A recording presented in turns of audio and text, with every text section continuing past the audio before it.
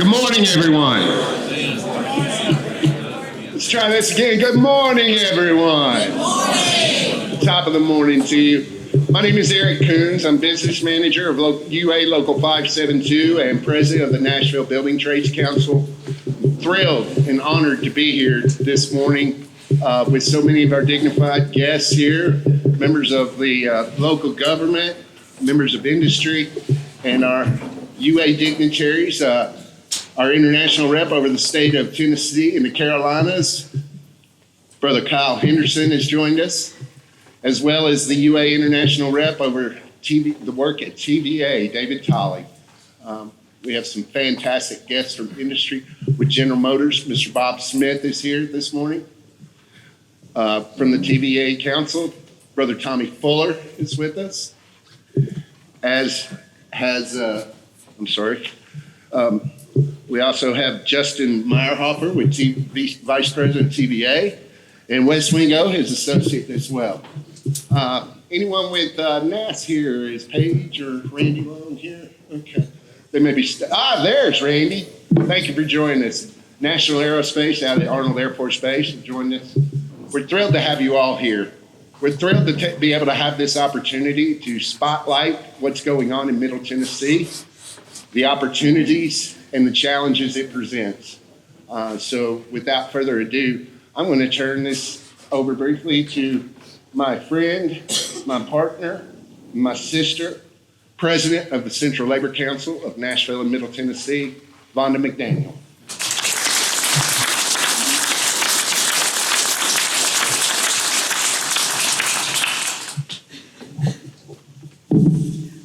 Good morning. So as President Coons said, it is indeed an honor to have specifically this room with our elected officials, with our community partners, with our national trades future and NABTU, and I could go on and on. I want to specifically thank in terms of helping us to pull this together, Betsy, who's running around making sure that the trains run on time, Will, who works with us for the last few weeks, and this local team, Sam and Brother Coons and Carol, who, everything, did everybody enjoy breakfast this morning? Yes. Everything hopefully is always a positive experience. And we work hard to make sure that the experience is right. But sometimes things happen we don't want y'all to know. If you look behind the curtain, though, there's always somebody like Carol and the team here at UA 572 that help to make sure that things come off smoothly. So I want to thank you all.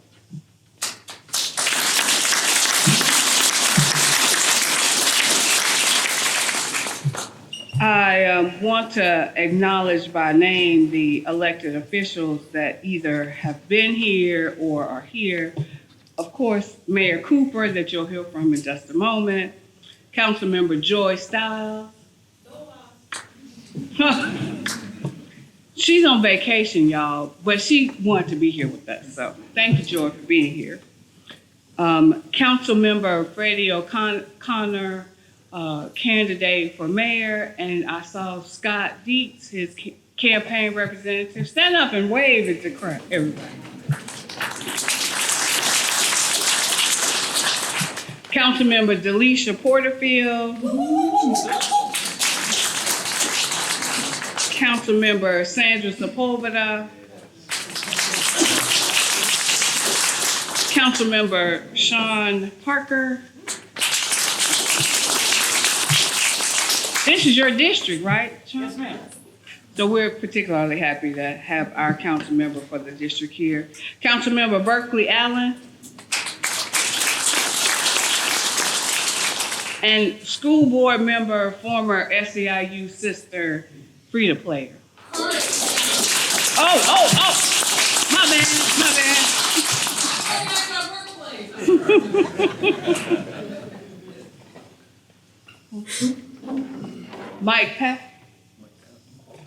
Mike Powell. I'm sorry if I missed anybody. Did I miss anybody that's an elected official?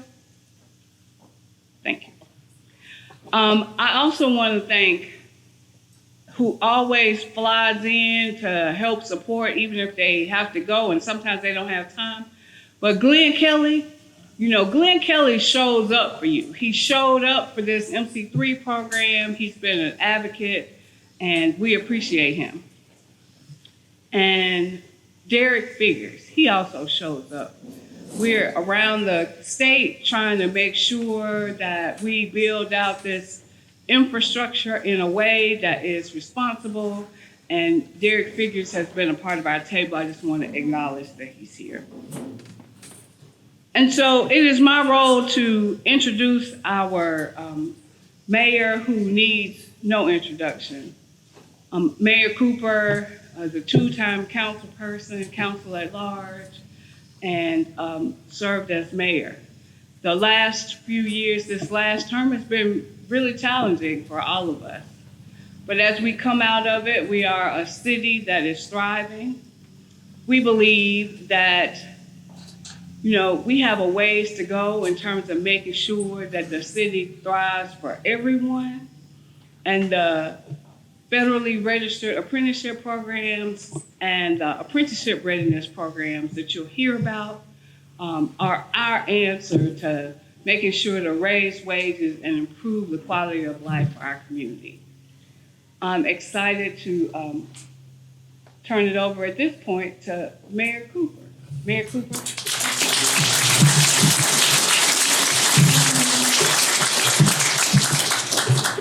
Well, Will, and welcome to Nashville. I always appreciate Vonda, who's an outstanding member of our Music City Center Convention Authority, and that is a huge place. Until recently, it had more money than the city, by the way. Only recently have we caught up. And I really want to, those of you who are not from here, let me talk to you about a very successful city. And this city has been made successful with the hard work of the council members who are here today. Freddie O'Connell, I think I saw coming in the back, who's running to be my successor as mayor. Councilman Parker, Alan Sepulveda, Porterfield Stiles, hopefully joined soon by, already elected Brenda Gadd, who is here, and then Eric Patton, who I think is running right here, very good. And my partner, Frida Player, who's on the school board, and I just want to spend a moment on the school board and how important that work is. But a special shout out, Eric, thank you, Sean McGarvey, thank you, to my old Little League baseball playmate, Billy Dykes.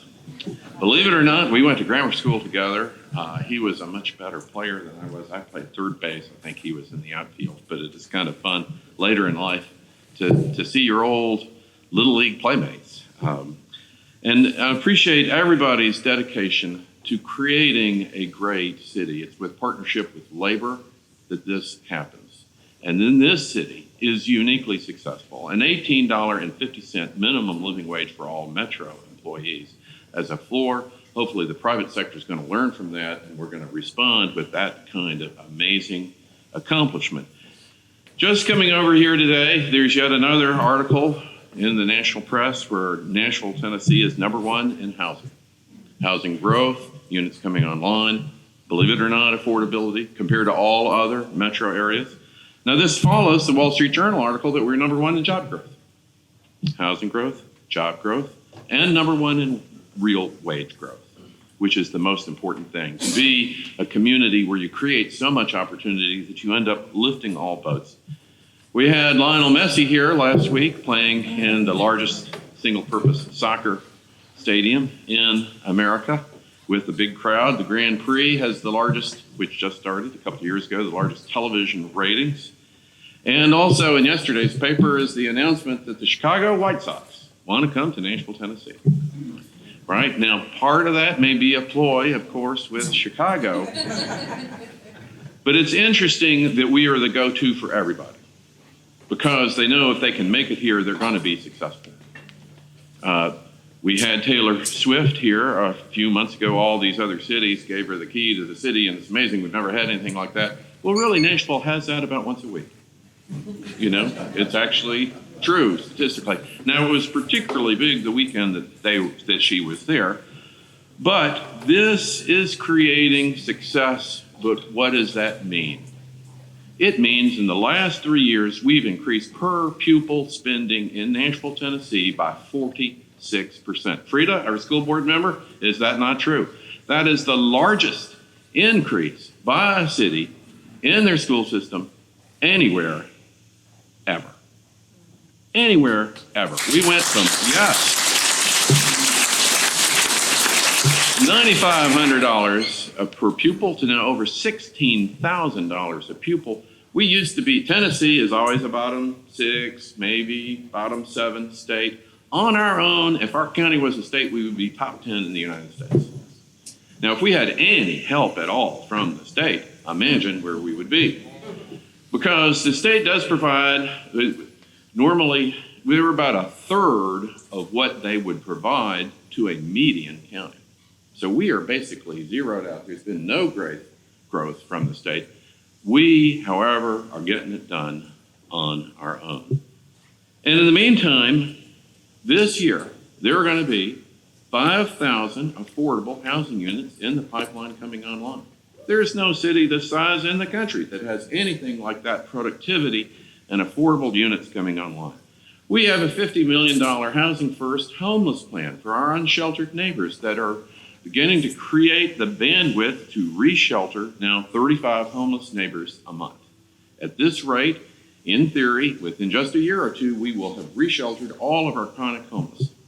Now, it comes in phases, and we're going to be excited to dedicate the Strobel Center to 50 more permanent supportive housing units. But the cities have new responsibilities.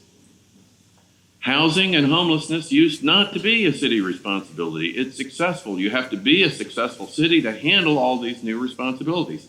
And so while we have the best credit rating in Nashville's history, and we're in the strongest financial shape in Nashville's history, and we're the lowest tax city and the lowest tax state in the entire country, we have accepted what in the end is hundreds of millions of dollars of additional responsibility to make our city great.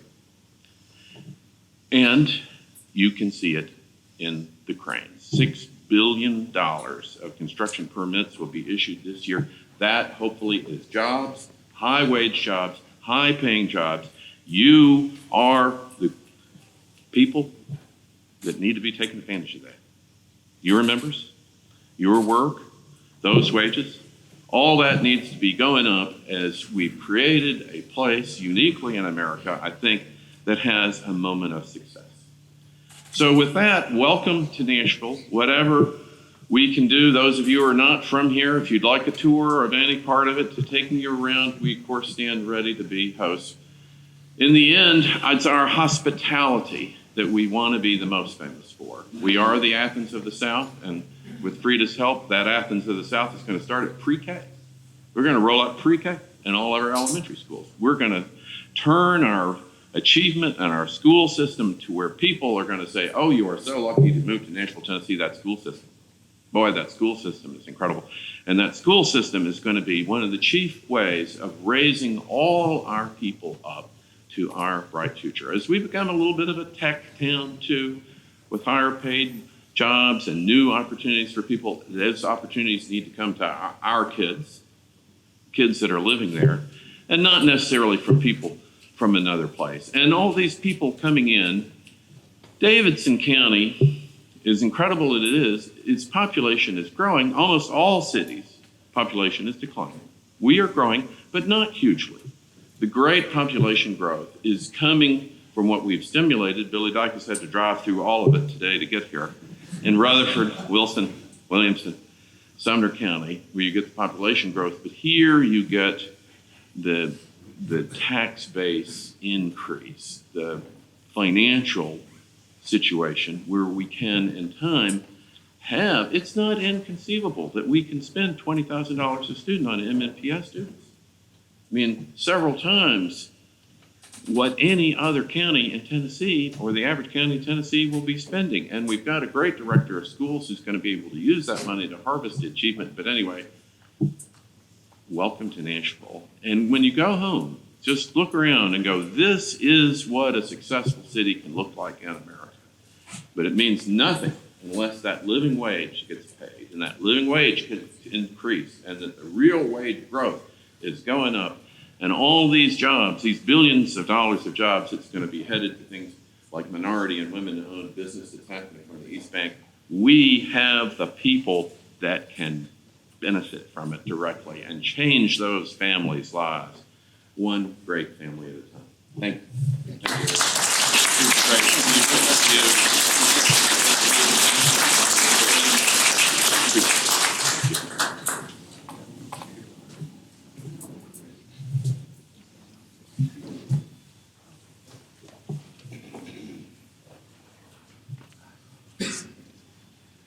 I had to get my direction.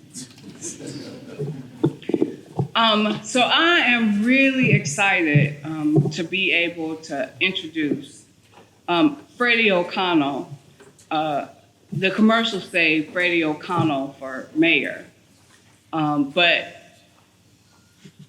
Freddie has been an advocate and champion for working families in Nashville for a long time. He's the son of a school teacher, and he is a fighter for the things that are right and are just, and for making sure that federally registered apprenticeship programs are at the table and a part of the discussion about the growth of the city. And so I want to introduce to you Freddie O'Connell, our friend, my friend and brother. Give him a hand.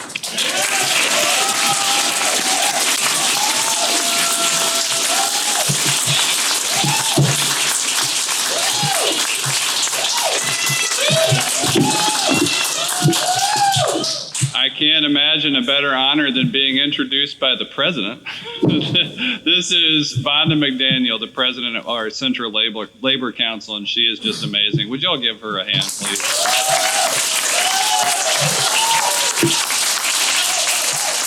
And sitting right over here to my right is Eric Coons. Can we just get a shout out for the plumbers and pipe fitters, Local 572?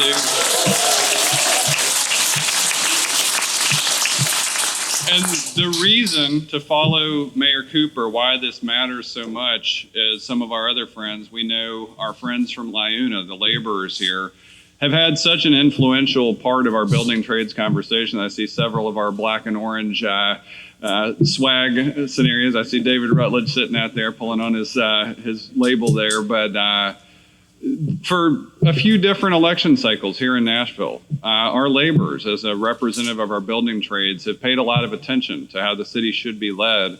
And I think it's to their credit that they've known that the people of this city really do want to make sure that people get to work good jobs for good wages with good benefits in safe work environments. And y'all know this in the building trades.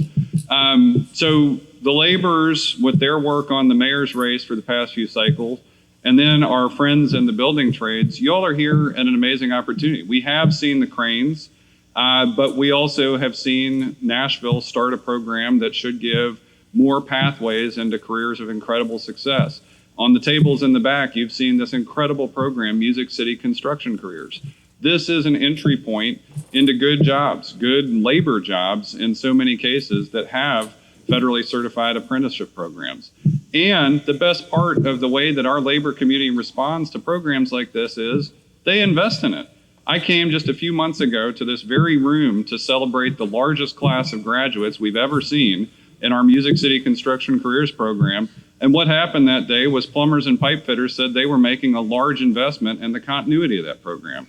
That is how we do this work. We do it together. We know we're going to build the future of the city with working people who are standing together to fight for the things we know that we all deserve, which are those wages, benefits, and the things that lead to family success and economic stability. We know here in Nashville we can build a complete economy, and we do it together. It is an honor to be here with you all today celebrating Nashville and welcoming NABTU here. But I'm just honored to be standing here among two of our incredible leaders. I wish you all were going to be here long enough, you might be, to participate in our Labor Day festival, but it is one of the things that we have watched grow and strengthen, and we've seen more participation from our friends in labor in that event, and it takes place right in the core of the city, and it's something that I look forward to celebrating as mayor. I look forward to celebrating even larger classes in our Music City construction careers. I look forward to doing so with incredible partners on our next Metro Council and on our school board, and continuing the legacy of success that I know you just heard about from Mayor Cooper. So thank you for having me today, and let's work together.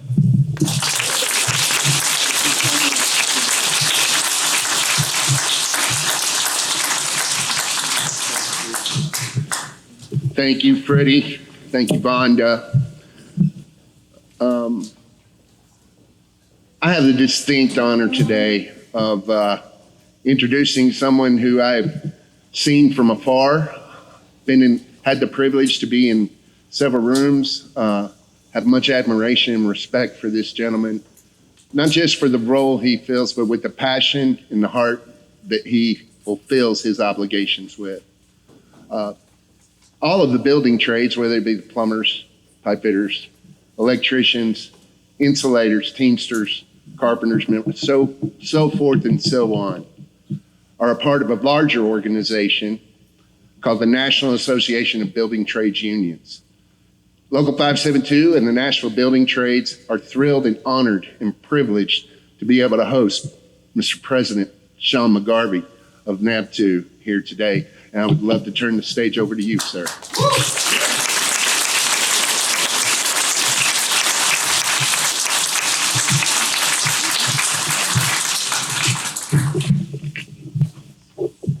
Good morning. Good morning. Well, first of all, Eric, thank you for hosting this event today. This is one in a series of opportunities for us to go and highlight the kinds of programs that are being run here in Central Tennessee, across Tennessee, particularly here in Nashville. I want to thank John for that just tremendous tour of a world-class training center, and I can't tell you that there's nothing that makes me more proud of what, historically the members of 572 have done to come together to make sure that they're training the next generation of plumbers, pipe fitters, and service techs, and across the building trades. I'm wowed by your facility, and most importantly, I am thrilled with the actual work that goes on that facility of creating the next generation of plumbers and pipe fitters. Vonda and I sit on the National Executive Council for the AFL-CIO. Longtime friends, so thrilled to be here, so thrilled to be engaged in conversation about the work that we're focused on at NABTU, that your council is focused on, that Nashville and councils across the state of Tennessee are focused on, and that's creating opportunities and pipelines for folks that in many cases haven't had an opportunity in their family in generations and generations. I was glad to see the mayor, the future mayor, all the other dignitaries that are here from the city of Nashville, also our industry partners from TVA and GM and others that are in the room, our contractors that are here.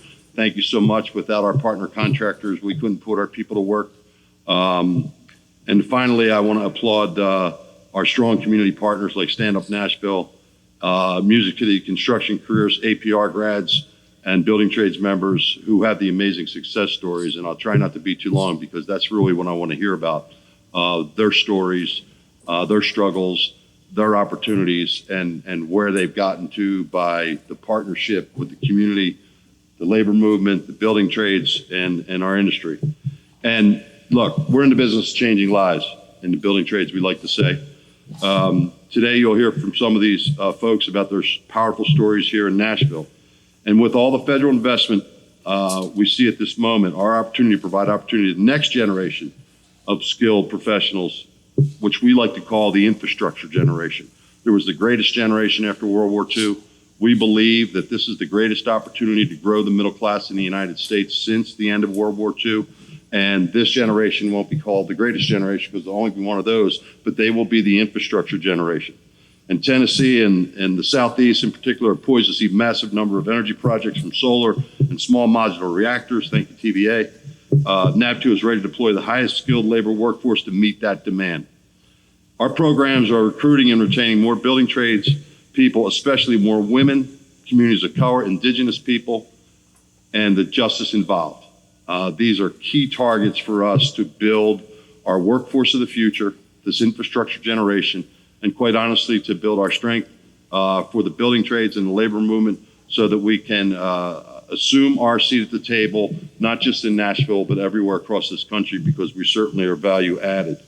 Our apprenticeship readiness programs like the Music City Construction Careers sponsored by the Building Trades and Stand Up Nashville and One Trades Futures is expanding with our partners, the National Urban League, and others are changing the trajectory of thousands of lives. And ARPs across the country that we're so proud of this work that we do have grown exponentially over the last 15 or so years, from a handful here and there to well over 200 of these programs that we're celebrating here today. You'll hear today that our model works, and it's one of the best opportunity pipelines for Middle Tennessee. We have decades of success and fruitful relationships like the one we have with the Tennessee Valley Authority, and we plan to build off these partnerships to grow our market share and expand the middle class here in Tennessee and across the valley with TVA. Workforce development takes intentionality. It takes commitment. It takes resources. It takes true partnerships, and yes, it takes collective bargaining to ensure that workers have a voice and a say in their future. Don't just take my word for it. Data shows that investing programmatically in workers throughout the workforce development pipeline and utilizing true workforce development tools like project labor agreements and collective bargaining have real results. Too many people's lives have been changed for the better, and too many people don't know enough about it. And as we went through that tour and you've seen the kind of apparatus that's in place to teach people skill sets that last a lifetime, you know the investments at 572 and across the building trades that we make. We want to raise awareness that the building trades are the most promising, life-changing, diverse, inclusive, and equitable careers out there. And I really believe that they are. The numbers and the stories you will hear about this morning will highlight the positive impact and demonstrate how investing in workers and workforce programs like unionized construction, registered apprenticeship, and apprenticeship readiness programs are good for communities, but they're also good for business. We want you to know the progress and the impact of our work and how we're leading the industry in these efforts. Now, earlier this year, we unveiled the first of its kind study that gives our entire industry a benchmark in which we are all held to the same account when it comes to DEI and workforce development programs. That's the unionized industry, the open shop industry. There's a benchmark for everybody where we can grade ourselves going forward about how we're doing and the investments we're making. While we know we have a ways to go, our numbers show that what we're doing is working. NABTU's programs and our affiliated international unions, our local building trades councils, our partnerships are driving real change in both recruitment and retention, and we're building a more robust and a more diverse workforce across Nashville, across Tennessee, and across the United States. Recent research also shows that unionized construction productivity is 14% higher, and our labor costs are 4% lower than our open shop competitors.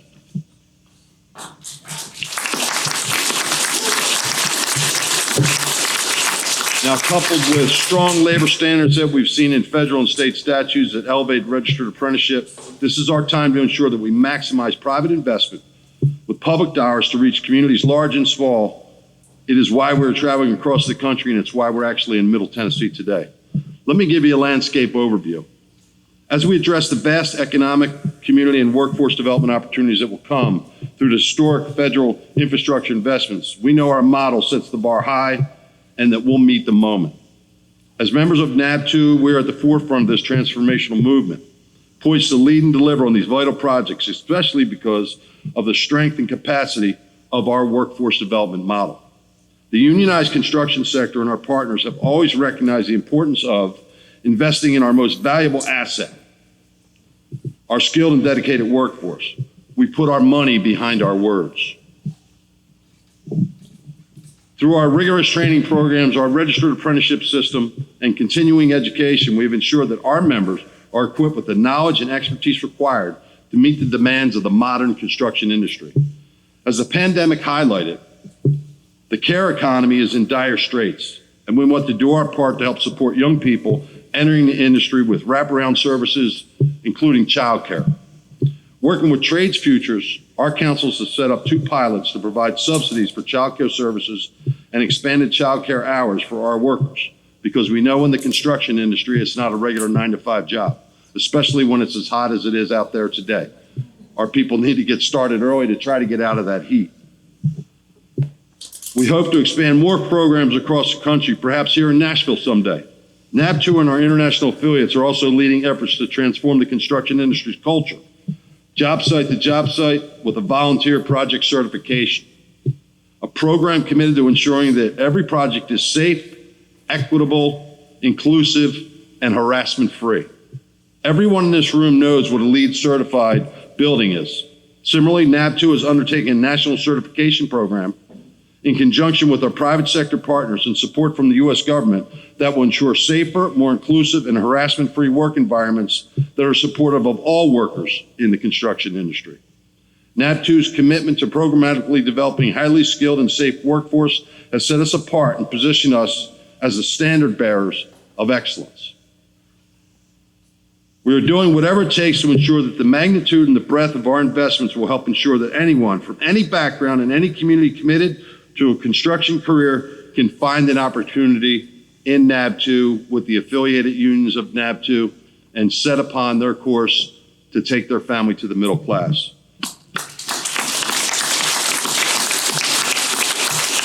Over the last 20 years, our joint apprenticeship programs have registered 40,000 more women and nearly 300,000 more people of color in North America than the non-union sector. We invest nearly $2 billion annually of our own money, not government money, in workforce development. Our registered apprenticeship system continues to be the gold standard for, as you saw on that tour, for providing you with a group of highly skilled and diverse workers. To give you a sense of our capacity, if we were a K through 12 school district, we'd be the 5th largest school district in the United States. If we were a state university system, we'd be the 3rd largest state university system in the United States after University of California and SUNY New York, 5 times the size of Ohio State. 2/3 of all the registered apprentices in construction are trained in our training programs. The 2nd largest trainer on registered apprenticeship is the United States military. We are 2.5 times the size of the United States military when it comes to training people in registered apprenticeship. We have in excess of 260,000 people in schools like the one we saw this morning across the United States in our programs right now. There is only one institution in the world that trains more people on hard skill sets than we do, and that is, as I mentioned before, the United States military. And for that, that's something to be extremely proud of, and I can tell you, I'm very, very proud of it.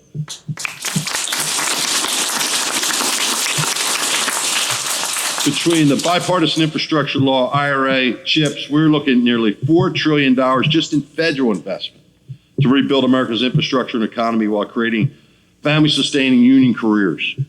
With the increased work that is coming our way, in order to meet the increased demand across North America, our entire industry must continue to increase the number of people in the workforce development pipeline. We must double down on our pursuits and programs to recruit and retain what we call and are calling the infrastructure generation. To get this right, to truly maximize the opportunities from these investments, it will take all of us working together with intentionality and commitment and resources to recruit and retain more people among our ranks, especially more women, communities of color, indigenous people, veterans, justice involved, and others among our ranks. We need them and we want them. The commitment by the unionized construction industry to deliver the best trained, most highly skilled, productive workforce in the world is what we're all about. That is why Middle Tennessee projects that use our workers to see the project completed safely, on time, and on budget. Your Nashville Major League Soccer Stadium was completed by us and you under budget and ahead of schedule. We are committed to building and sustaining relationships with more owners, contractors, developers, local and state government, and community partners. The local relationships here in Nashville set the bar high and show that by working in partnership with our collective bargaining partners and being collaboratively transparent, we can successfully meet these historic levels of investment and will create the next infrastructure generation. Look at the work being done here as an example. The Amazon headquarters, the Meta data facility, TVA's 9 new combined cycle units in Johnsonville, the 2 units in Cumberland City, Ultimate 2, GM Spring Hill expansion, the multiple projects under construction at Arnold Air Force Base. As these critical investments go online, we will continue to promote our opportunity pipeline and ask folks to join us. Now, in closing, we're doing and will continue doing whatever it takes to seize the opportunity at our feet. And this is the greatest opportunity to help people that the building trades has seen in our entire lifetimes, going all the way back to World War II. The time to rebuild America's infrastructure is now. We can't afford anything less if we want a safe, strong, vibrant, and growing economy. We hope to look back on this time and say we built the critical infrastructure and we reoriented our entire economy, as we know, as a well-trained workforce means a better infrastructure and a stronger world-class economy, and to remain the economic superpower in the world. Industry, government, and labor must invest in workers in every community to meet today's needs and deliver tomorrow's innovation. The building trades of Nashville are doing it. They're changing lives, and we want to change more. We'll keep promoting these investments across Middle Tennessee, expanding ARPs like the Music City construction careers. The time to invest our workers is now. Join us. Join the opportunity pipeline and the next infrastructure generation. Thank you and congratulations for the work that you're doing.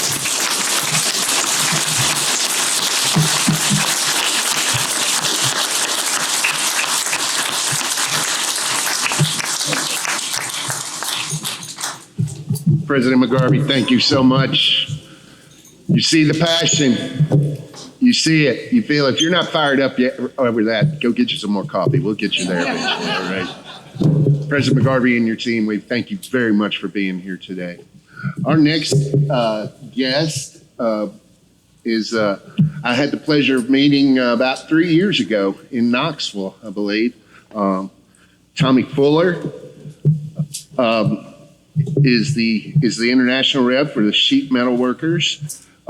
He became a member of Sheet Metal Local 5 in 1986 and was elected business manager in 1999. He was appointed the position of international representative for the Sheet Metal International of the Southeastern United States in October of 2008 and elected vice president of the Tennessee Valley Trades Labor Council in July of 2019. Elected by the members of Trilateral Safety Alliance to the position of labor co-chair in June 2023, it is my honor and privilege to introduce my brother, Tommy Fuller.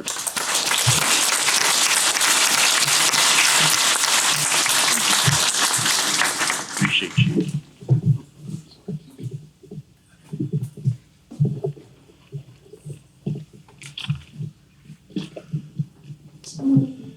It's certainly an honor to have the opportunity to come here and speak to the group today.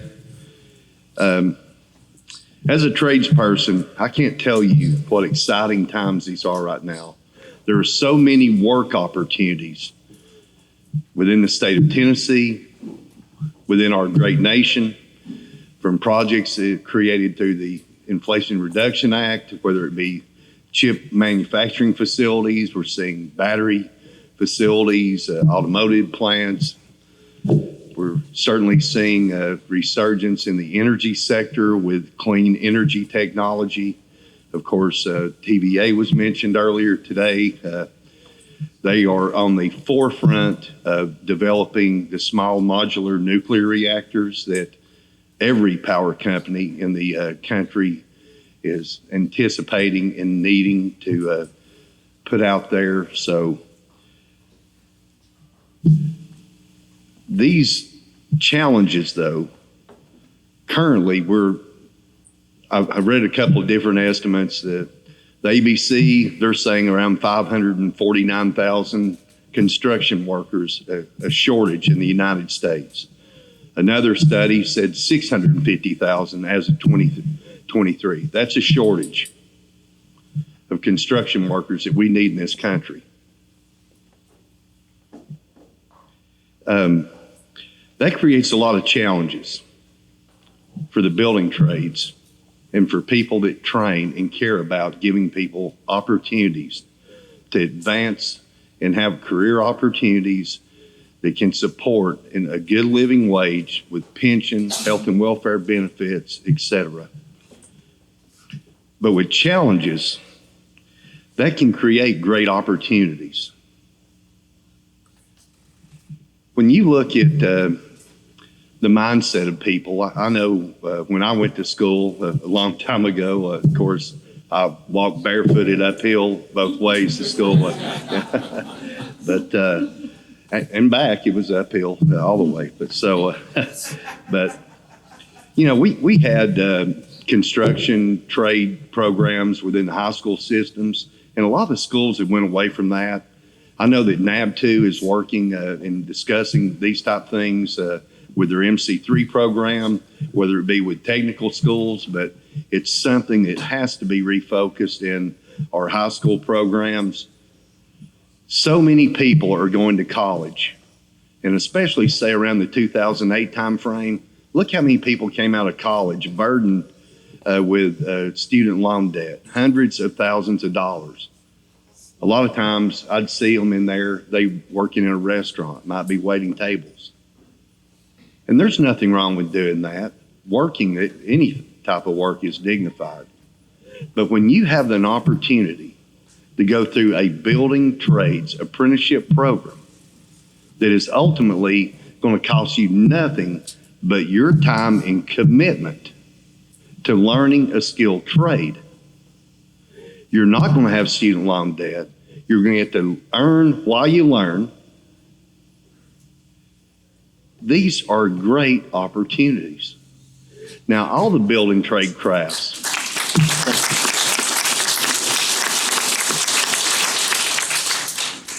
all the building trade crafts are putting a huge effort into recruitment. They're also looking at increased efforts relative to going out to disadvantaged communities, females, minorities. We need more people.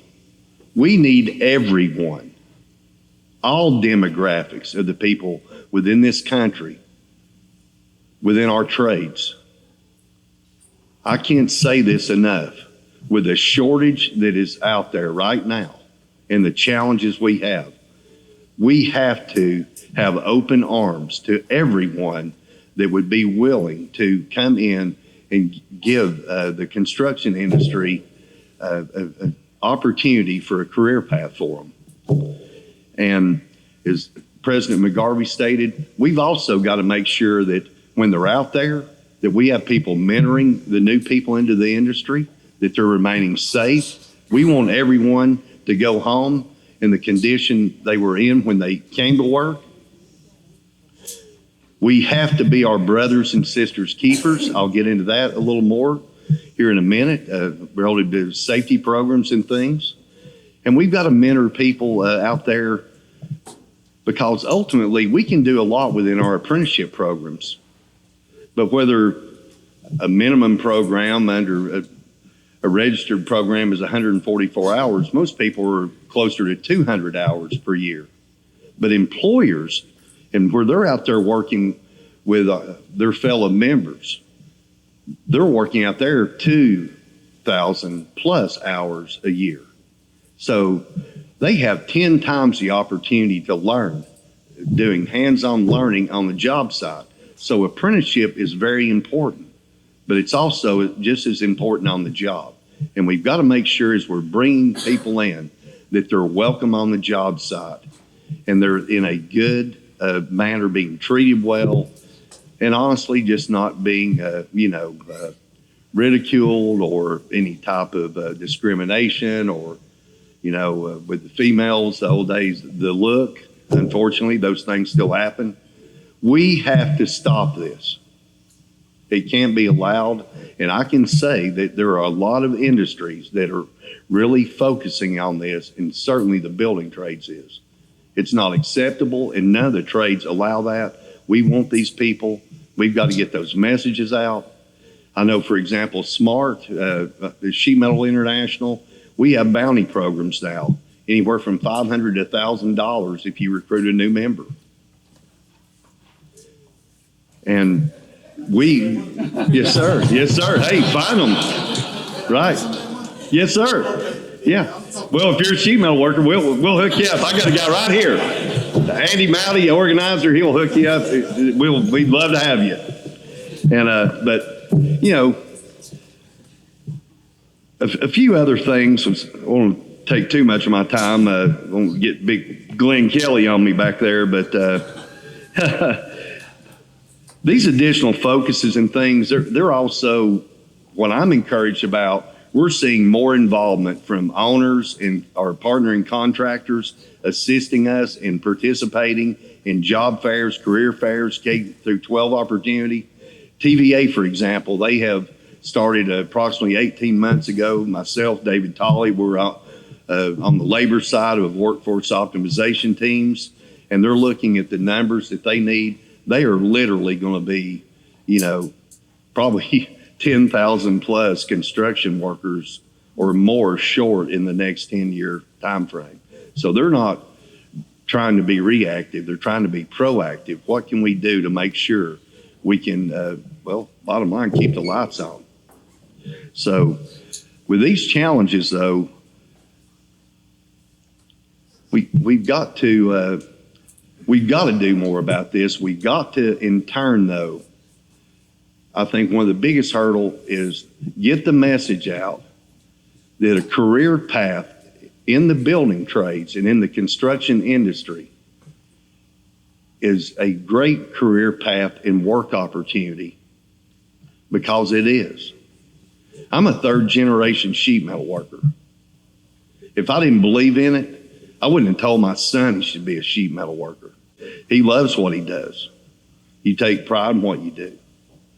And it's a good feeling to leave and say, hey, I was a part of putting in something, because we take pride in what we do. And that's the type of mentality we have to have, and even get back with some people who maybe have never experienced those type of things. Because a lot of people growing up anymore, they don't work on things with their parents and things like we used to do in the day.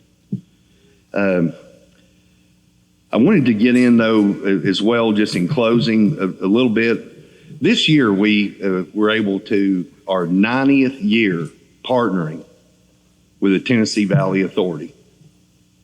I spoke about their workforce optimization program.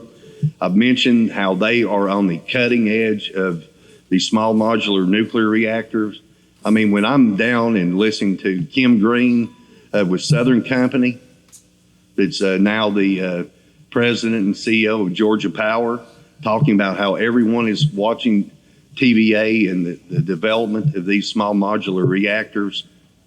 That is the way to go for the future. Everyone loves and the idea and concepts of, you know, battery powered and solar, things of that nature, but solar doesn't work when you know there's bad weather, inclement weather. There's clouds, the sun's not shining, it's not going to keep the lights on. We have to look at these other technologies.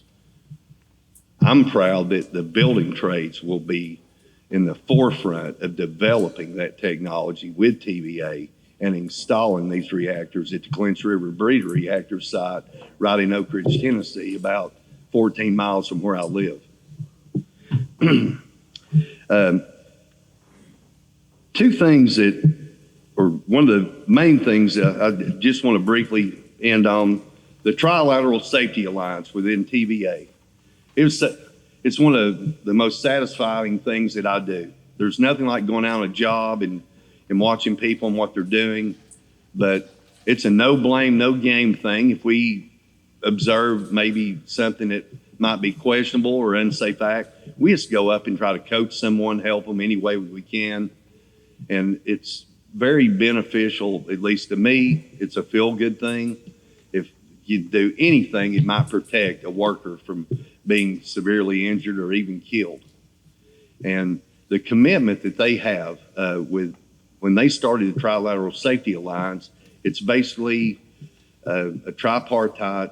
We call it the three-legged stool. You've got the owner, TVA, you got the contractors, and labor.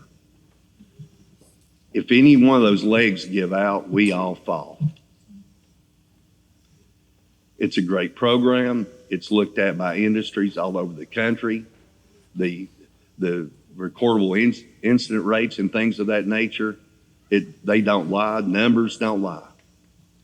It works. Southern Company as well patterned, and really Kim Green pushed this.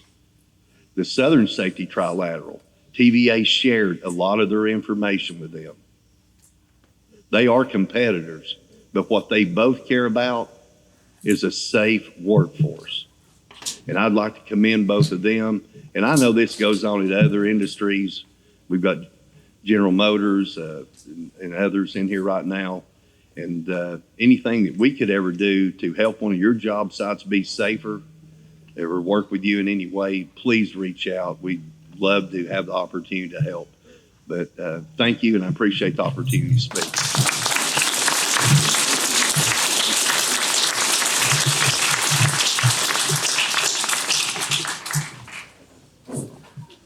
Thank you, Brother Fuller. As he mentioned, TVA has been a partner to all the building trades in the Tennessee Valley for over 90 years now. Tennessee Valley Authority has a lot of work currently going on here in our jurisdiction in Middle Tennessee, in New Johnsonville, in Cumberland City, and in Gallatin, and more work to come. TVA has been a fantastic partner for many years to the building trades. I myself am a third generation member of this local. My grandfather, my father, and now myself have all worked for TVA. I have the privilege of introducing TVA's Regional Vice President in the North Region, Justin Meyerhofer. Close enough. Yeah, I don't want to slaughter it there. Good old German name there, right? Awesome. Justin is Regional Vice President of Tennessee Valley Authority's North Region, which spans TVA's service territory in Middle Tennessee and Kentucky. In this role, Justin is responsible for developing engagement strategies with local power companies, directly served industries, public officials, and community nonprofit organizations. He is honored to lead a team that is committed to providing exceptional service for stakeholders. Justin has spent over 25 years working at the intersection of policy, politics, and the energy industry, both in our nation's capital and the Tennessee Valley. During Justin's 21-year career at TVA, he has served in key leadership roles, including Vice President of Government Relations and as Chief of Staff for 3 TVA CEOs. Early in his career, he served in both the executive and legislative branches of government as a legislative liaison for the U.S. Department of Energy and as staff for late U.S. Senator Paul Coverdell from Georgia. He joined the TVA Washington office in June 2022, a proud native of Carrollton, Georgia. He earned a bachelor's degree in history from Florida State University and a master's degree in political management from George Washington University. He and his wife, Kelly, are proud parents of 3 teenagers, Carson, Sadie, and Thomas, and they live in Brentwood, Tennessee. Please welcome Justin Meyerhofer.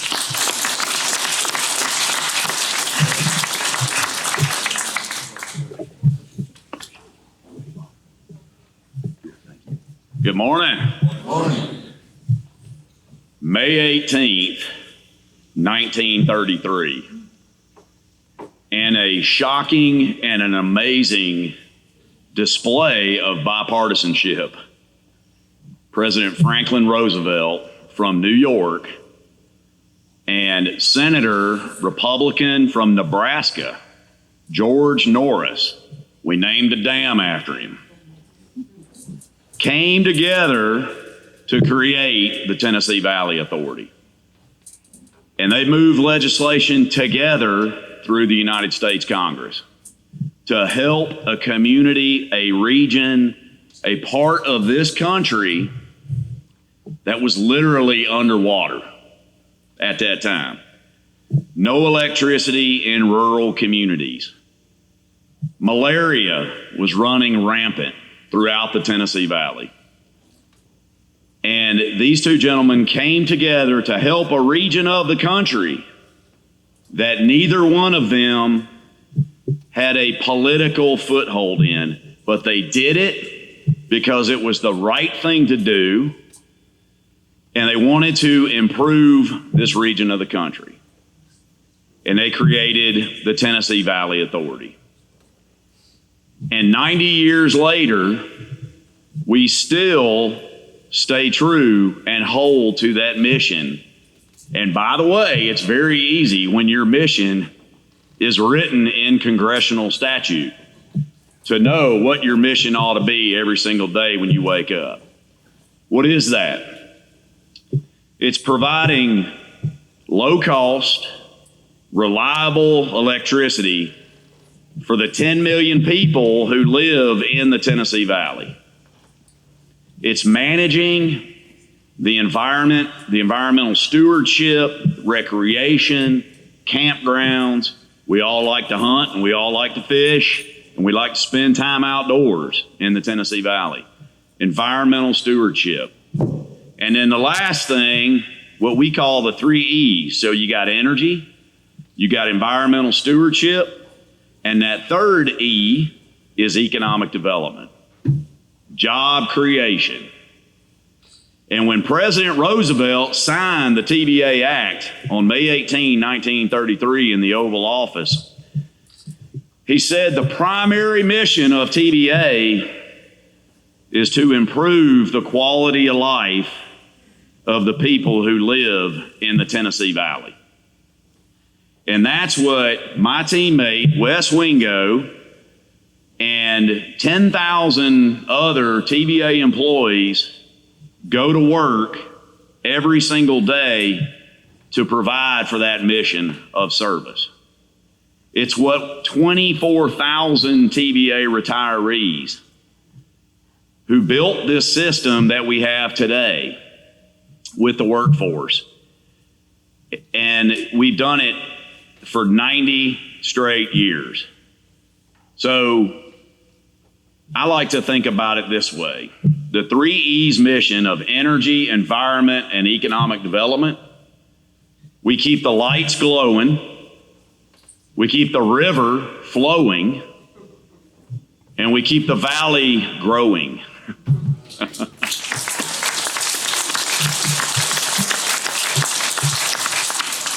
Want to thank our friends, Eric, Sean McGarvey. I've known Sean for a long time.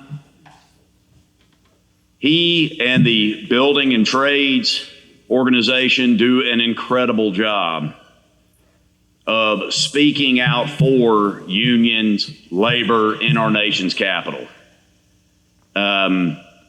You know, there's an old saying, having worked and lived in Washington for a long time, if you are not at the table in Washington, D.C., then you are going to be what is served on the menu. And Sean McGarvey is at the table, and they do an outstanding job of representing all of the organizations that Eric mentioned. So on behalf of TVA, I want to say thank you to our union partners.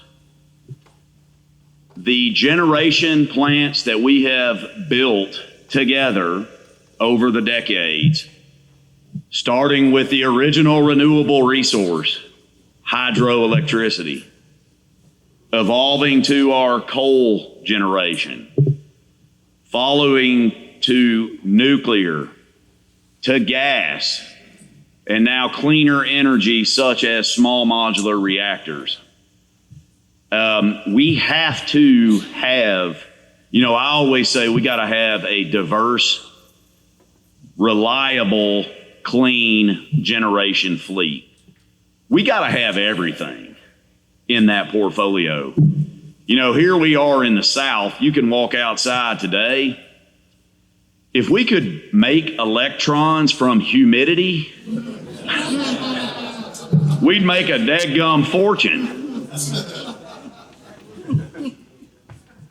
But we are interested in pursuing all of the above strategy in our generation fleet. We need it all. We need hydroelectricity. We need gas. We still burn coal. We still have coal running on a day like today. Nuclear. TVA's got 7 nuclear units, 3 at Browns Ferry in North Alabama, 2 plants over in East Tennessee. Reliable, affordable, baseload generation that is carbon-free energy. It is huge for us on a week like this where we're topping over 95 degrees outside.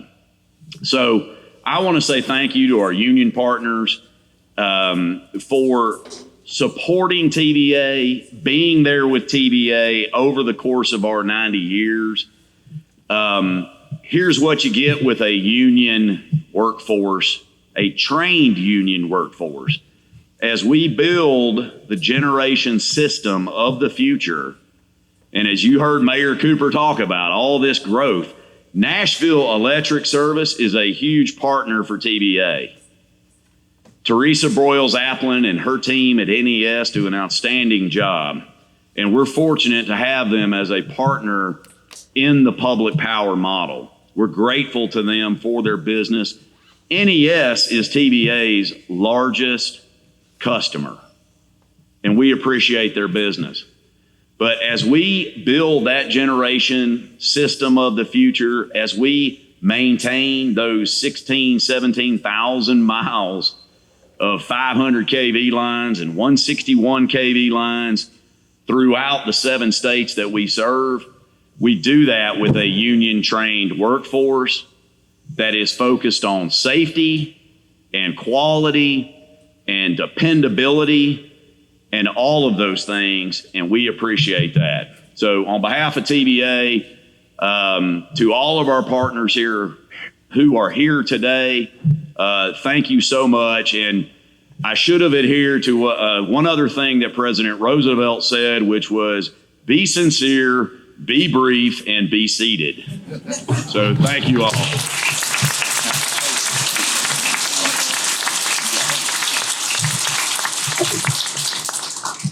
Thank you, Justin. I couldn't agree more. I don't think anyone in this room really understands or appreciates the value of TVA and where we would be right now if they were not here. If they were not here, we probably would not be here today. TVA has brought so much development to the Valley, and we are grateful to count you as a partner, sir. Thank you again. Switching to a more local perspective, we've had many new contractors come into Middle Tennessee over the last few years. From all over the country. Many valued partners and great relationships have been developed throughout this transition into what we have today. MMC joined us from Kansas City. They've been here for a few years now, and we have the honor and privilege of having Mr. Darren Smutzer here with us today, who comes to us via Illinois and Kansas and all points in between, right, Darren? Darren is a trustee for our JATC here at Local 572 and brings a fantastic energy and perspective to that. He is very committed to our apprentice program. And so I will turn the floor over to Darren Smutzer.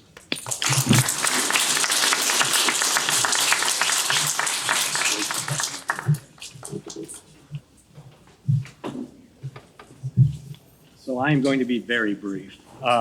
Pretty much everything that I wanted to talk about has been talked about throughout this program. The most important to me as the contractor is partnership. So partnership is something that we have to have throughout our community, with our building trades, with our local unions, with our elected officials, with our customers and other partners. So Eric and I have talked about our partnership between contractors and local labor, and the fact that, like he had mentioned, I've spent 20 years outside of this market and the last 10 within this market. And I can promise you that the partnership that we have as contractors and labor is stronger here than I've ever experienced in the past.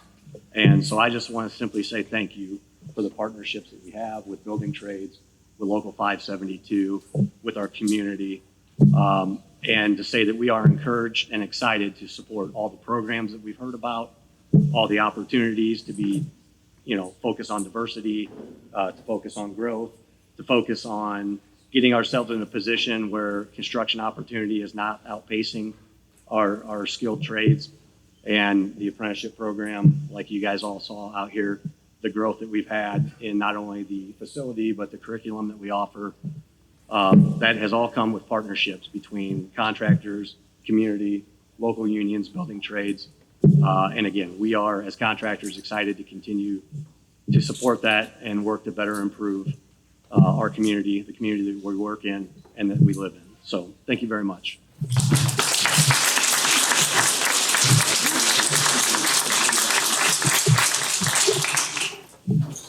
Right, I think you got us back on track there, and you were awesome. Oh, next, I'm very honored and privileged to introduce to you the current director of our MC3 program, Music City Construction Careers. Sam Peshalat is here with us. Sam came on the team 3 years ago, and where our good brother Michael Callahan back there was with us and transitioned to another position. Sam has made a seamless transition, picked the ball up and filled those big shoes that were left, and he is one of the big reasons we're here today. Sam, please come.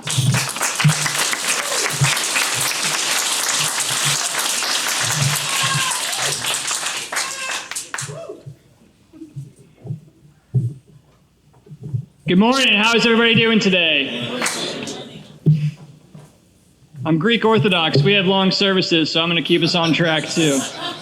I just want to thank everybody, obviously, for being here today, including President McGarvey, Mayor Cooper, all of our elected leaders, and those that we hope are soon elected, and all of our building trades leaders. My name is Sam Malik Peshalat, as Eric said.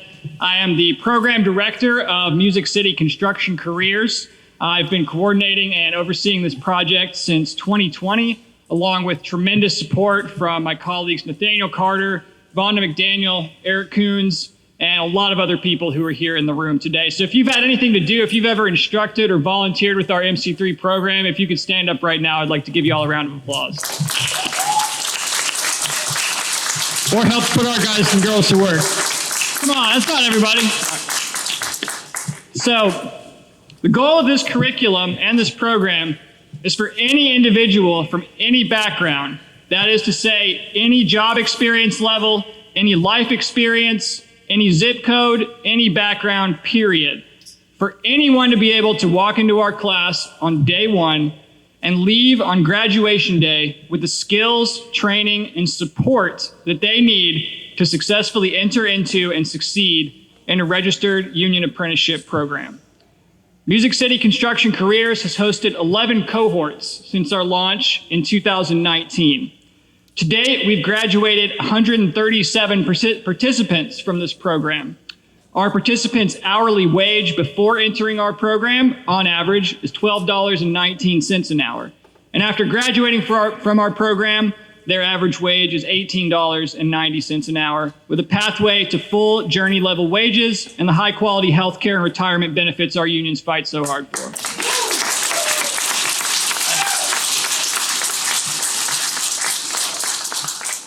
In our classes, we talk a lot about tools. This program itself is an incredibly powerful tool, though, and it's kind of like a Swiss Army knife with a few different applications. Our program graduates, who we're going to hear from in just a couple of minutes up here, they have used this tool to make the giant leap from unemployment, from underemployment, and from dead-end jobs into meaningful careers in the union building trades. Our building trades partners, many of whom are here with us today, have used this tool to bring union training and opportunity to more working people seeking to improve their lives. and to grow the vital diversity that makes our labor movement so strong, not to mention filling much needed workforce needs as our region continues to grow and receive continued investment. One thing I really want to stress, though, it is critical that we as a labor movement continue to use this tool to reach those that need these opportunities the most. Right now, 60% of adults in the United States of America have less than $1,000 in savings. And I want to say that again, 60% of adults in our country have less than $1,000 in their bank account for things like car repairs, medical bills, funerals for a loved one. Those are the straits that people in our country are in right now. And that's a unique challenge that each of us has to step up to the plate to try to do our part to solve. Another observation I want to make today, this is what we call calling in. I'm fairly certain most people in this room today, I'm fairly certain more than 60% of people in this room today have over $1,000 in our savings accounts. And for many of you, if not all of you, union solidarity and a strong labor movement are the reasons for that fact.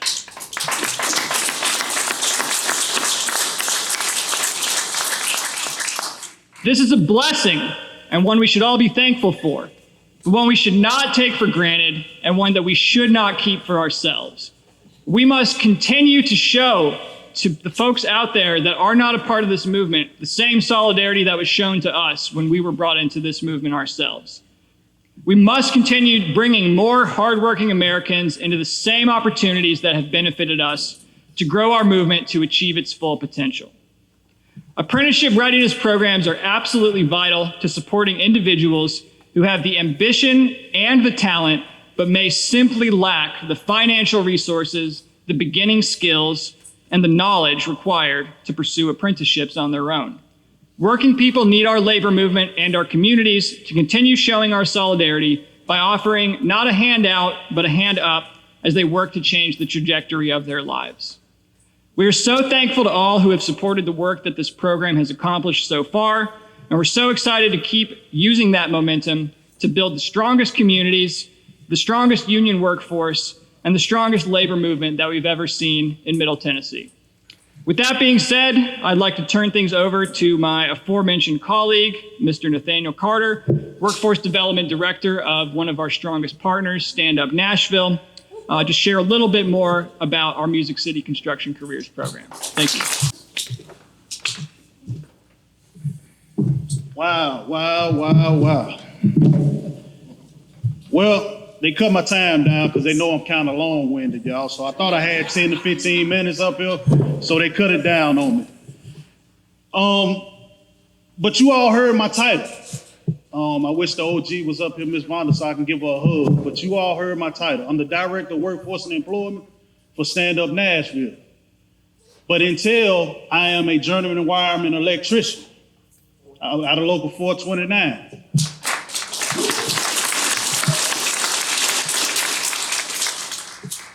Now let's get into my story. Everybody has a story, and I have one, okay? For 10 years, I was identified as inmate 338646. I'm gonna let that register in y'all head again. For 10 years, they identified me as 338646. That was my social security number, and I'll never forget it. In 2012, I came home with a changed mindset. However, reality set in that I'm a convicted felon. How am I going to take care of my family the legal and honest way? In 2012, I walked into IBEW Local 429's apprenticeship. Hey, the mindset, I'm like, man, they're not gonna give me a chance. They're not gonna give me an opportunity.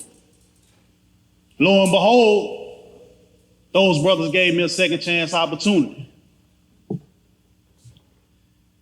5 years down the road, I went through the apprenticeship, went through the process. I'm a journeyman electrician.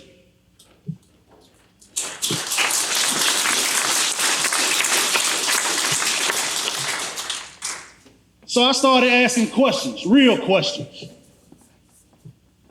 Are the union building trades the same as the electrical apprenticeship?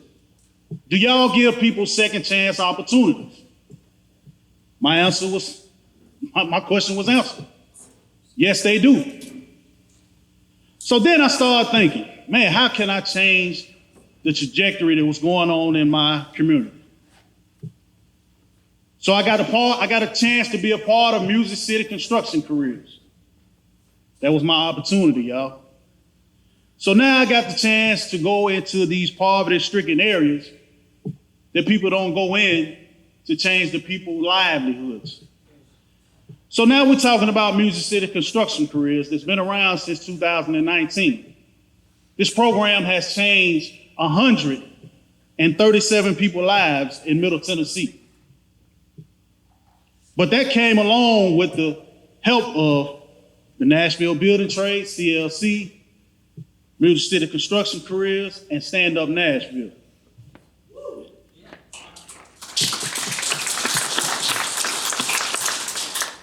We have some graduates that came through Music City Construction Careers with us as we speak. I'm not gonna take all day. I would like all the graduates to come up on the stage so they can see who you all are.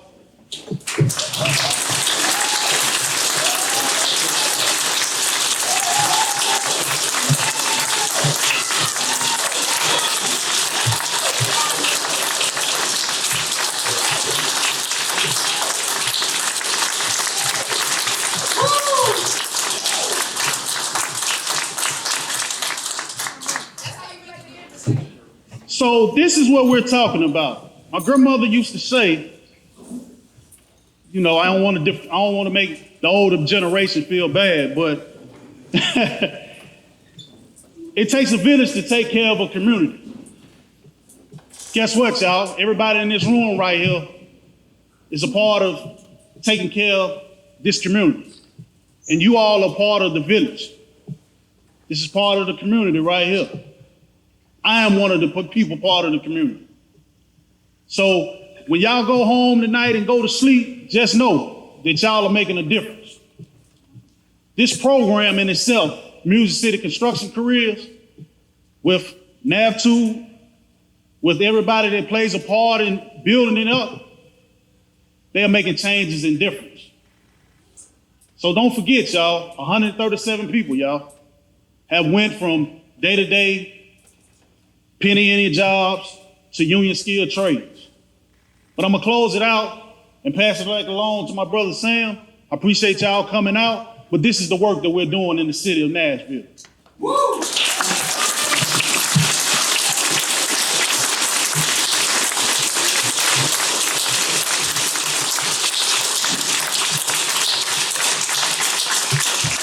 Thanks so much, Nate.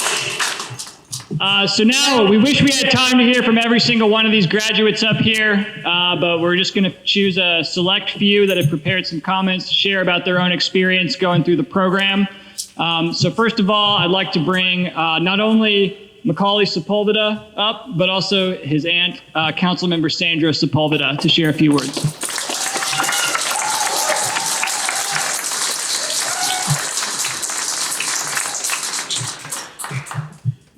Hi, everyone. I promise I won't be long. I am so proud of the accomplishments of the graduates that are standing here behind me and the ones that have come before, and my nephew as well. I think Ms. Avanda will tell y'all, I don't think I've missed a single graduation that MC3 has had yet. I've been there at each and every one. Early on in my council career, worker safety was something that I was proud to work on alongside several of the union representatives that are here today. And Ethan will tell you, we probably worked on that for over a year. And the state came in and preempted us and tried to limit the way we did procurement and some worker safety. But through that process, one of the things that we wanted to make sure happened was that we put the MC3 program in our metro budget. And we were able to do that for these past 2 cycles. And this last one was for $50,000 because we wanted to make sure that the city of Nashville also bought in to this great program. We come from a working class background. My parents early on picked flowers for 25 cents a dozen in the fields in Arizona. They have worked in retirement centers. They have worked at plating companies. We are very much a working class family. And for my parents to have only made it through elementary school, and for my brother, my nephew's dad, to have not even graduated college, but eventually gone on to get his GED. When it came time for my nephew to start picking a career path after high school, the one I suggested was MC3, and I am so proud that he was able to graduate in this last graduating class, the biggest class that the program has had yet. And I'll let him tell you a little bit about that experience. But we as a family were very proud of him that day, and we have had a whole chat going, and I was sending pictures. But we're able to change the trajectory that our family was going through this program alone.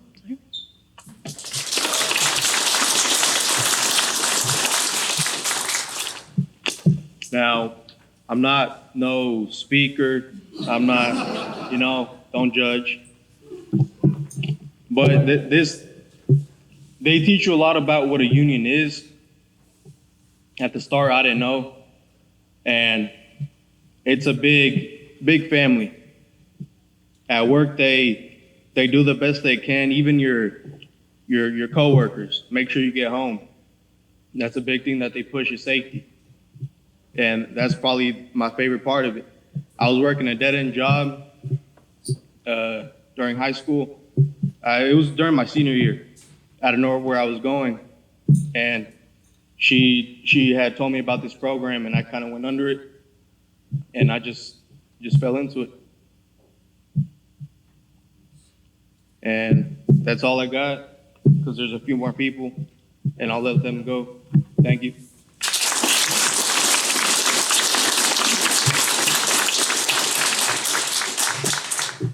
The next pair of speakers I want to bring up, we had a really special experience, I believe about 18 months ago.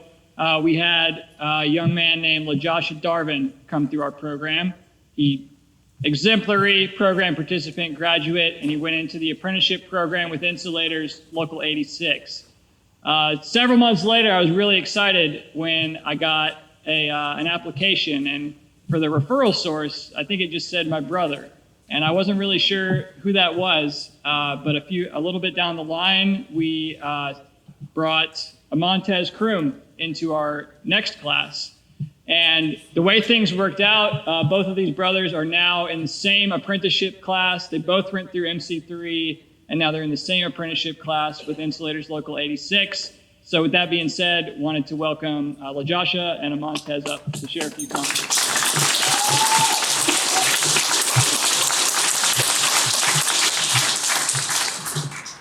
Hey, how y'all doing? Before I came to, can y'all hear me? Okay. Before I came to the FC3 program, I was in college playing college basketball for Cumberland University and Downsburg State. And I came home because I knew my mama needed me. So that was my purpose of coming home. And one day, my auntie had sent me a link to fill out an application for the program from MC3. So I did just that. And ever since then, my life has, I'm not gonna necessarily say it changed because I'm still young. So nothing really happened, but it was so many great opportunities that came along with it. And I appreciate literally everything Sam has done. And Big Nate, I didn't know where I was gonna go with this, but Big Nate, he kind of, we came from the same background and environment. I'm from Nashville, so Nate let me know it's light in this, it's money in this. And it ain't just about the money, it's just about the experience of you waking up every day and trying to make a change. And I did just that, and I I wanted to be an insulator though. You know, everybody was trying to push, you know, be a pipe fitter, be a electrician. So nobody never said nothing about being an insulator. And I'm one of those people where I like to be different. You know, I want to try to push being different, you know, be the next big thing. And I feel like being an insulator was just that. You know, being in the 86 right there in Madison, you know, that's kind of my area anyway. So, you know, and I see the building almost every day, and I never knew that's exactly what was up there. And when I went in there, man, Matt out the local, man, he was just like open arms, you know, like the first day they came up there to it was like the MC3 convention, like it was like, you know, every local came out, every trade came out, and Matt was just open arms, you know, it was like he gave me a big hug, and he was just like, you know, come be an insulator. The day after that, I came to sign papers. Exactly after I graduated, he, you know, sent me on the job. That's how I knew he cared, you know what I'm saying? Because he wanted to see me excel and succeed. And it's like an open door policy with Matt. And I really appreciate Matt for sure. So thank y'all for having me.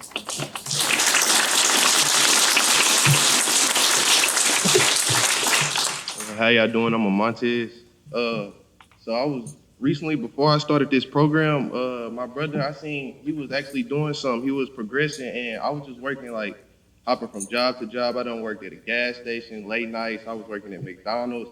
I was just trying to figure my life out after high school. And my brother, he sent me this link. And, I mean, he sent it to, like, a group of us. It was, like, just a group of us. But out of everybody, I was the only one that really, you know, took advantage of it and actually put in the work. And really, the program, it just changed my life. I'm able to help my mom out a lot more. I'm able to actually drive. I was getting to work with $0 in my tank, $0 in my wallet, and now it's just a big difference.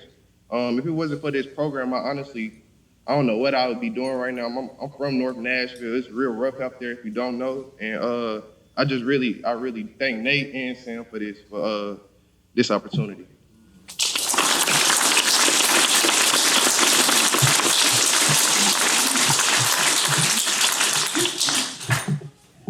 So our next pair of speakers, we can see how beneficial it can be to not only have your union family, but to have a family connection there to support you along the way. Another really special experience that we got to have in our most recent class, we actually had Amanda Rayburn and Joseph Dodd, husband and wife, who applied to our MC3 class together. I believe they were together when they interviewed for the class, when they currently worked at their old job, and then they completed our class together. They sat by each other every day, rode together. They are now both out working with the sheet metal workers, Local 177, for the same contractor, and they're both looking forward to starting the apprenticeship program together as well. So with that being said, I want to turn it over to Amanda and Joseph.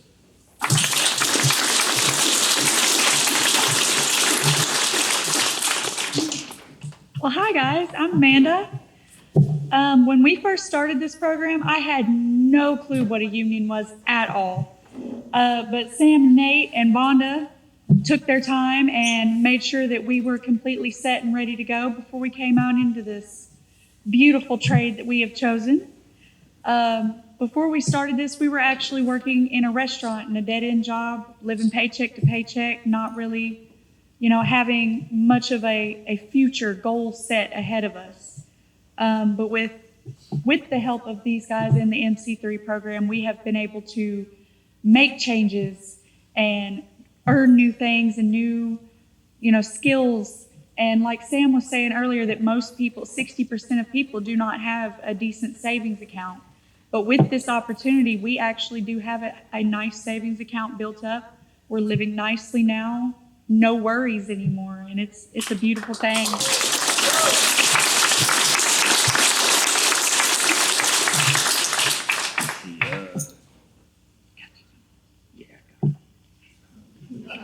Y'all excuse me for a moment. Yeah, I'd just like to say that, like she was saying, we're no longer living paycheck to paycheck. We don't have to worry about whether our bills are going to be paid on time.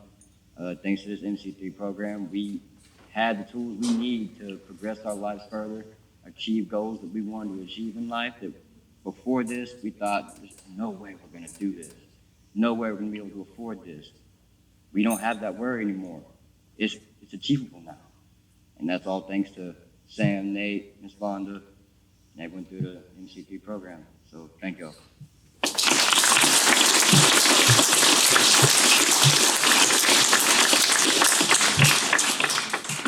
So yeah, we're going to hear from two more speakers, not together this time, separately. But next, I'd like to welcome Miss. So this is the first MC3 graduate who ended the class by making a personalized themed gift, not only for me and Nate and Vonda, which was amazing, but she made a personalized themed gift for every single member of her class of MC3. And I'll add, this was the largest class ever. So I believe it was 32 personalized gifts that were brought. We don't know. Ladies and gentlemen, Ms. Toshiba Tharp with LIUNA 386.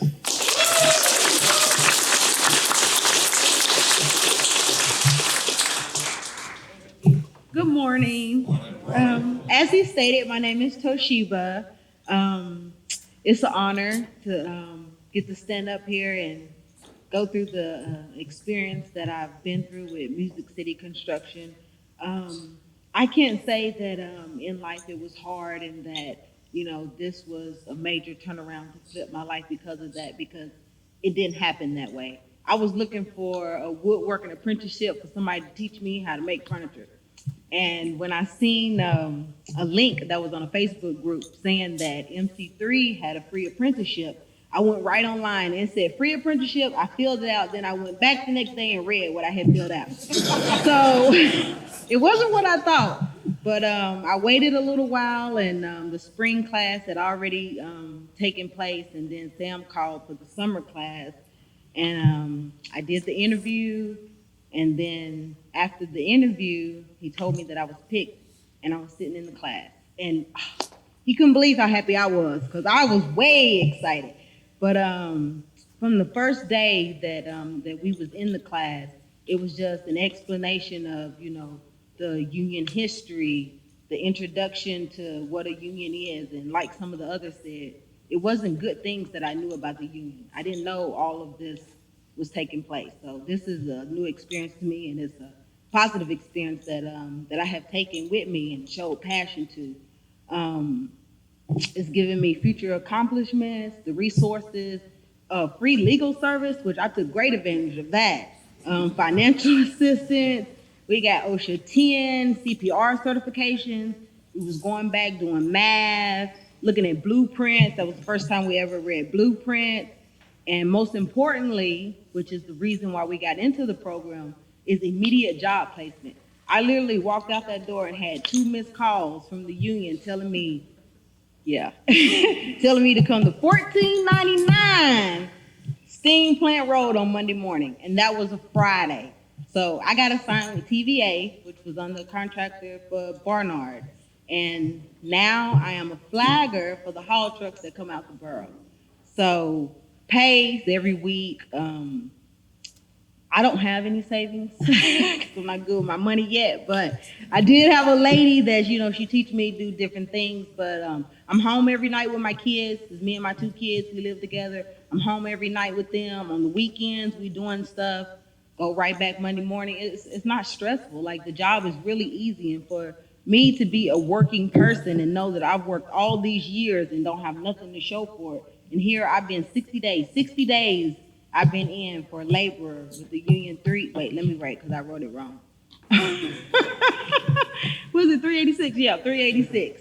So that's what I'm a part of now. And I take pride. I try not to use pride as a word, but I take pride in everything that I do. And I definitely took pride in being a partner with this organization, with the program, with Nate, with Sam, with Ms. Vonda, and I just tried to let everyone that was in my class just know that, we all stick together, that we can make it, and we all did. I even check on them, like, hey, did you get your job yet? No. Well, what you doing? Did you go down there? Did you call?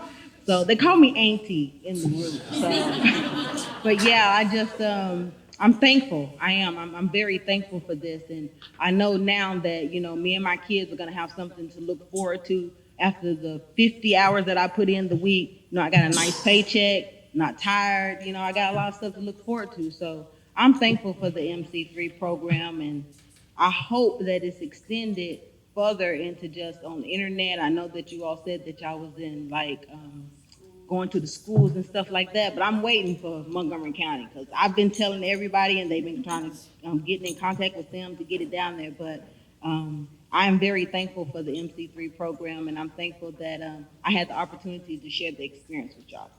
Thank you.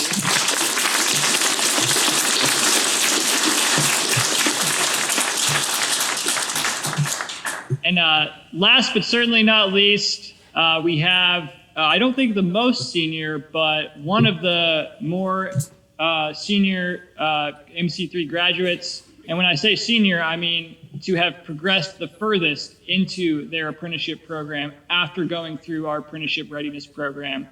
Sierra McCants completed our only all virtual MC3 program back in 2020.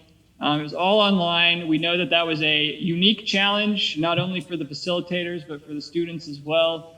I remember sending a direct message on Zoom to Sierra saying, Sierra, please wake up. one time, but she wasn't the only one. It was tough. It was Zoom for 8 hours a day, so that we all know how that goes. But with that being said, Sierra is now in her 3rd year of apprenticeship with the UA. She's looking forward to hopefully topping out here in another couple of years. I'm sure that she is going to, and we're going to support her every amount that we can until that happens. But want to turn it over to Sierra to share a little bit about her story.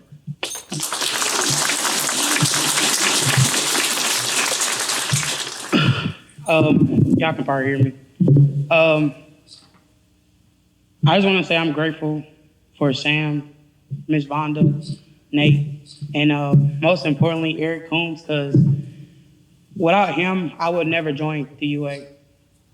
He shot it to his trait. I never forget when we came in here, and him and John was up there, and he said the most amazing thing I've ever heard. And it was like, you won't be rich, but you'll be able to afford a house. And that has stuck with me out of everything like I've learned out of this. Like, I'm just like, damn, that's real. Coming from Section 8, house to house, low income. So I just want to say thank y'all for that. And for the MC3 program, like, I never forget when Sam and Ms. Vonda had called me for an interview. I was literally at work. And I told my boss, I'm like, hey, I got an interview. She's like, but you at work. And I'm like, I didn't see myself working 3 jobs for the rest of my life. This was right around when COVID hit. And like I said, I was working 3 jobs, gas station, Panera Bread, and Logan's. And I was tired, killing myself. So when he called me and when they told me I got accepted, and I never forget when I graduated, a week later, I was working. Will Johnson had called me, and I went out to work, and I was nervous. I hated getting up at 5 in the morning, but it's something I would never change. I wish more people of color would get into it, because it's a life changer. It really is. I went from paycheck to paycheck to now I'm living comfortable. I can go do stuff on the weekend. I can go hang out. It's just, I'm grateful for it. And I wouldn't change nothing about it. I just wish more people, instead of, being afraid, join. That's all I got to say. Thank you. One more big round of applause for every one of these individuals up here.